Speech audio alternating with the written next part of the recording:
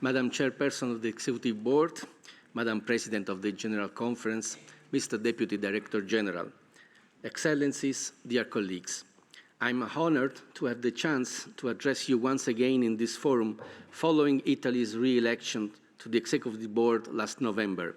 Let me then, first of all, thank all Member States who supported our new mandate and welcome the new members of the Board with whom we now share great responsibilities. This session of the Executive Board opens amidst dramatic crisis unfolding in the international community. 2 years later, the invasion of Ukraine by the Russian Federation continues to represent a deep wound to the principles of peaceful coexistence and respect for international law, with serious consequences at the global level and a profound impact on all aspects of UNESCO's mandate. The situation in Gaza, following Hamas terrorist attacks on October 7th, is dramatic and requires urgently an immediate ceasefire to allow extensive humanitarian aid, the release of hostages, and the protection of all civilians. Italy firmly believes that we need collective responses to face common challenges, and that UNESCO can play an important role in both addressing the most immediate and urgent needs in its field of competence and in laying the foundations for building lasting peace. This is why we are proud that Italy ranked as a UNESCO second top contributor in the past biennium, and we will continue to engage in the organization in the name of a multilateralism of results, which means concrete initiatives capable of generating a significant impact in the countries in which they are implemented. We have indeed witnessed the tangible achievements of UNESCO's programs we have recently funded from Lebanon to Iraq, from Jordan to Pakistan. Speaking of the concrete results that we can all achieve, we believe that the organization Priority Africa is extremely far-sighted, as the huge potential of the African continent needs to be more and more at the center of the global agenda. This is also the awareness Italy has expressed on the occasion of the recent Italy-Africa Summit, which took place in Rome on the 29th of January with the participation of DG Azoulay.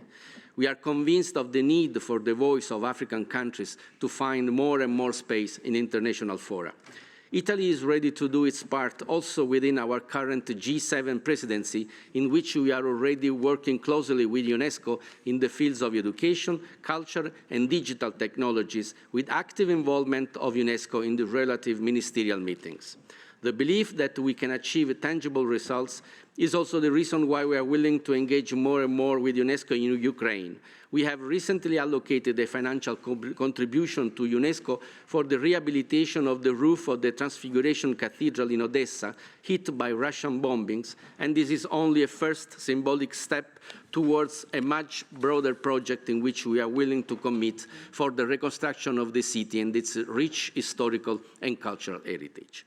We strongly believe that cultural heritage, both tangible and intangible, is also a driver of sustainable development and an engine of economic growth. This is one of the key messages we have conveyed in the Naples Conference on Cultural Heritage in the 21st Century, organized with UNESCO last November.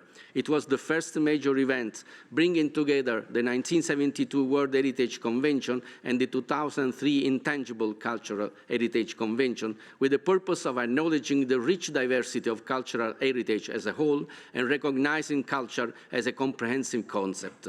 The Naples call for action also reiterated the need to advance the recognition and promotion of culture as a global public good and to acknowledge the role of culture as a standalone development goal. We hope to see these ideas reflected in the Pact for the Future, which will be adopted in the Summit of the Future next September.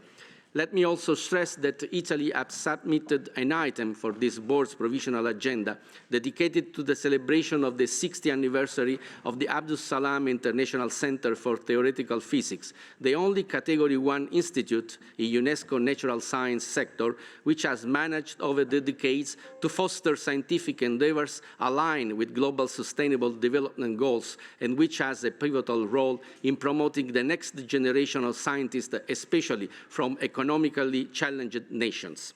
Let me conclude expressing my deep honor in having been entrusted with chairing the PICS Commission. I hope that I will be up to this task. and allow me once again to wish the entire Executive Board all the best for this session.